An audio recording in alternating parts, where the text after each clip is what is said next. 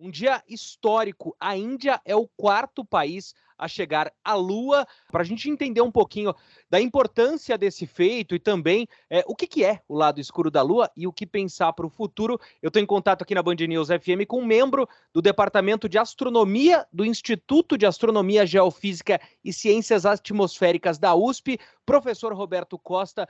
Professor, primeiro, muito obrigado por atender a Band News FM. É um prazer conversar com vocês. Bom, professor, quando a gente fala de uma missão para a Lua, primeiro é importante destacar uma missão não tripulada, não temos nesse momento um ser humano na Lua, mas claro, atinge o imaginário de muita gente.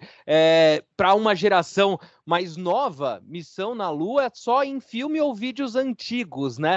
O que significa o quarto país chegar à Lua e esse pouso em um lado inexplorado da Lua?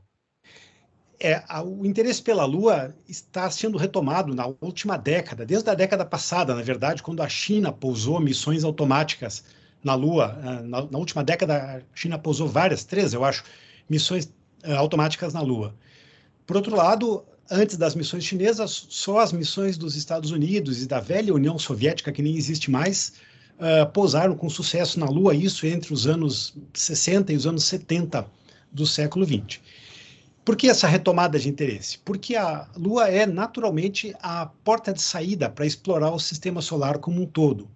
Então, cada vez mais se pensa em explorar a Lua como uma espécie de porta de saída da Terra e também exploração até industrial, comercial. Já se fala em mineração da Lua, se fala em operar, por exemplo, fábricas automáticas na Lua. Vejam, existem vários processos industriais que requerem vácuo para funcionar. Aqui na Terra, bombas de vácuo, câmaras de vácuo são muito complicadas, são caras, são de manutenção difícil. Na Lua, se você quiser vácuo, você abre a porta. A Lua não tem atmosfera, então é tudo mais simples.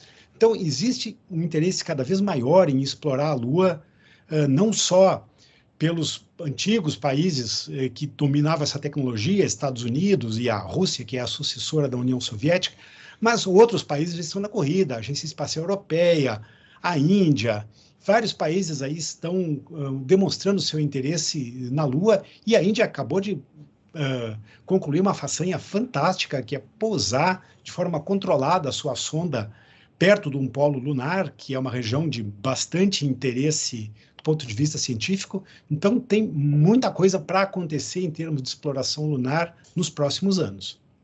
Antes da gente chegar na importância, que foi uma descoberta relativamente recente, né, de gelo na Lua e o que significa, antes queria que o senhor explicasse um pouco. A gente conhece o lado escuro da Lua por música, principalmente, talvez.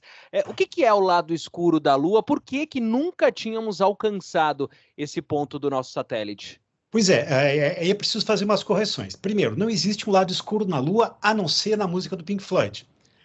É o Sol imaginário.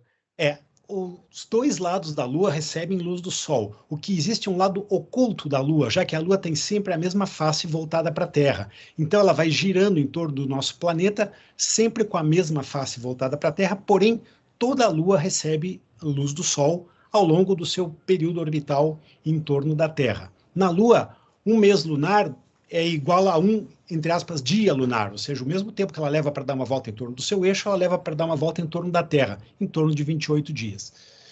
Então, não existe um lado escuro da Lua, existe um lado oculto. Os chineses já tinham posado no lado oculto da Lua. A grande façanha dos indianos foi posar próximo de um dos polos, do polo sul da Lua. Qual é o interesse em posar próximo dos polos? Ora, assim como na Terra, o Sol incide mais na faixa equatorial da Lua do que nos polos. E já se sabe de sondas em órbita da Lua que existem crateras próximas dos polos lunares que tem gelo no fundo da cratera. Então, esse gelo é super importante. O que é gelo? É água congelada. A molécula de água é composta por hidrogênio e oxigênio. Hidrogênio é um combustível. Se a gente quebrar a molécula de água, hidrogênio é combustível. E o oxigênio a gente respira. Então, é super importante ter acesso à água na Lua, porque levar qualquer peso, qualquer massa da Terra para a Lua é muito complicado. Cada quilograma tirado da Terra, colocado em órbita, custa uma fortuna, custa muito caro. Então, conseguir ter na Lua água resolveria muitos problemas em relação a uma instalação permanente na Lua. Já se fala de maneira concreta em ter uma instalação, uma base permanente na Lua, talvez na segunda metade da próxima década, entre 2035 e 2040, por aí. Então, essa sonda indiana tem um potencial enorme aí de descoberta de coisas novas. Essa sonda carrega um pequeno rover, né, um pequeno robozinho explorador, um jipinho, que vai explorar aquela região próxima do Polo Lunar, onde, de novo, tem muito interesse do ponto de vista não apenas científico, de descobrir o material que existe lá, como técnico, de saber se existe a possibilidade de minerar essa água que está lá na forma de gelo, explorar isso de alguma forma. Tem uma quantidade enorme de potenciais descobertas naquela região. Eu queria até chegar numa descoberta que tem sido falado, e essa está ainda mais distante do público em geral, que é a tratar da questão de crise energética e o quanto a Lua pode ajudar nisso, uma possibilidade. Mas antes, essa água em forma de gelo, ela está na superfície, ela está em crateras muito profundas. É possível que a Índia, mesmo tendo chegado, não encontre essa água fisicamente? Ah, sim. Eles têm um robozinho, um rover, que vai explorar. Eu não sei do alcance, a que distância ele pode andar, tal. Esses detalhes técnicos eu desconheço. Então, talvez não exista a possibilidade de chegar nessas jazidas de água. Se sabe que ela existe através dos levantamentos fotográficos feitos por sondas automáticas, mas existe uma sonda americana que mapeou toda a superfície da Lua com fotografias. Tem fotos excelentes, de excelente qualidade. Dá para ver, através das fotos dessa sonda americana, as pegadas dos astronautas do projeto Apollo, lá há mais de 50 anos atrás, lá entre 1969 e 72. Então, essas imagens em alta resolução existem, elas já demonstraram que existe gelo lá. Por que ele está em crateras? Porque qualquer água que estivesse na superfície, ela evaporaria com a ação da luz do Sol. A Lua está praticamente na mesma distância do Sol do que a Terra. Então, e não tem atmosfera nenhuma. Então, alguma água que tivesse ao alcance da luz do Sol, ela evaporaria ao longo aí dos bilhões de anos que a Lua existe. A Lua tem a mesma idade da Terra, aproximadamente 4,5 bilhões de anos. Mas existe a possibilidade de água oculta, justamente por não ter atmosfera, água que estiver oculta do Sol, a temperatura é muito fria, vai estar sempre congelada, e a água está guardadinha lá há muito tempo, provavelmente desde que a Lua se formou. Agora, ainda mais olhando para o futuro, a gente tem visto o SpaceX, outras empresas, fazendo uma série de testes com foguetes que podem pousar e levantar voo novamente, uma nova tecnologia. O senhor falou também, né, em breve, e a gente pode falar em breve, a possibilidade de uma base na Lua. A Lua poderia, em tese, funcionar como uma espécie de pit stop para abastece e vão para outro lugar? Exatamente. Veja, a Lua é muito menor que a Terra, portanto, o campo gravitacional da Lua é muito menor do que o da Terra. É muito mais fácil decolar um foguete da Lua do que da Terra, exatamente porque a gravidade é muito menor. Então, sim, a minha impressão, eu não sou um astronauta, eu não entendo muito dos detalhes técnicos, mas a minha impressão é que se a gente projetar isso mais para frente, 20, 30, 40 anos na frente, a Lua vai ser uma espécie de rodoviária para viagens para o sistema solar. Ou seja, tem que ir até a rodoviária. Se você quiser viajar, você pega o ônibus, você vai, um táxi, vai até a rodoviária e lá você vai para o seu destino. Provavelmente vai acontecer uma coisa mais ou menos parecida. As pessoas vão se deslocar até a Lua e da Lua vão se deslocar para outros destinos no sistema solar. Talvez isso aconteça aí numa escala de décadas. E existe, além disso, o potencial de explorar minérios na Lua. Aqueles que os químicos chamam de terras raras, são elementos químicos raros na crosta da Terra, mas que têm uma importância industrial para circuitos eletrônicos, para circuitos integrados.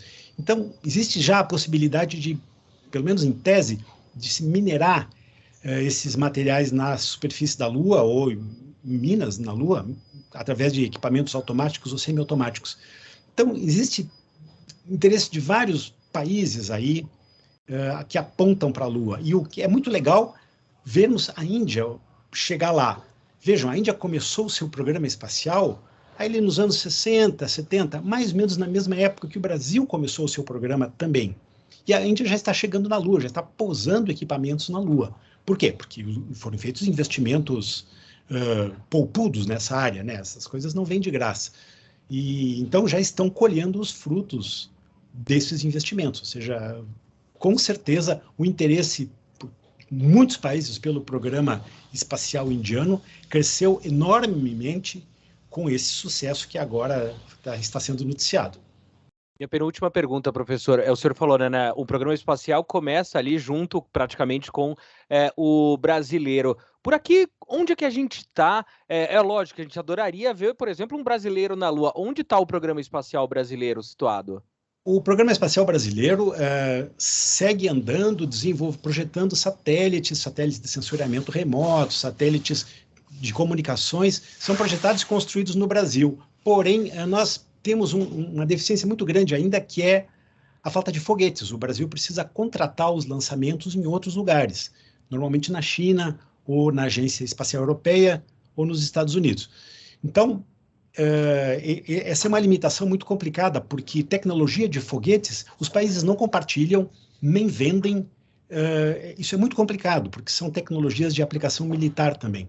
Então, ainda estamos amarrados com essa questão do lançador. Agora, em agosto de 2023, está fazendo 20 anos do acidente lá em Alcântara, que houve uma explosão lá na véspera do lançamento de um foguete experimental, mais de 20 pessoas morreram, e então isso continua havendo uma limitação muito grande nessa área dos lançadores, que, bom, isso está a cargo da Agência Espacial Brasileira, cabe a eles aí explicar os detalhes em que pé está esse processo todo. E a minha última pergunta, professor, isso envolve uma série de áreas do direito, mas o senhor citou, né, o interesse pela mineração na Lua. De quem que é a Lua? Qualquer um, em tese, pode chegar na Lua e montar uma base, explorar, minerar?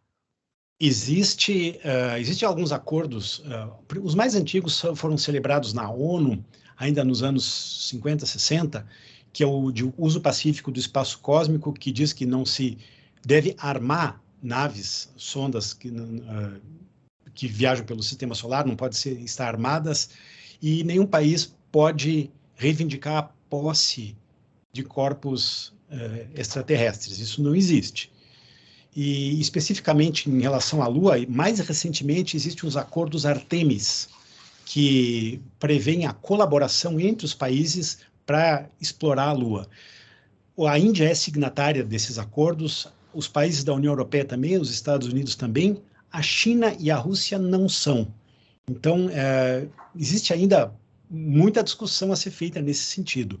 Mas o que, ao meu entendimento, pelo menos o que é já de ponto pacífico, é que não existe propriedade de corpos extraterrestres. Ninguém pode clamar a propriedade de corpos extraterrestres, porque isso não é aceito por nenhum país. Em tese, então, uma empresa também, se conseguisse chegar, poderia executar uma missão. Essa é uma excelente pergunta. Essa é uma pergunta que envolve políticos, advogados. Uma excelente pergunta, eu não sei a resposta. Essa a gente ainda vai descobrir. Professor, muito obrigado pela entrevista nesse dia. Como o senhor citou, importante, chegamos ao lado obscuro da Lua, não ao lado escuro, oculto da Lua, perfeito. E agora a gente vai acompanhar essa exploração indiana. Um abraço, professor, até uma próxima. Lembranças para vocês, até a próxima.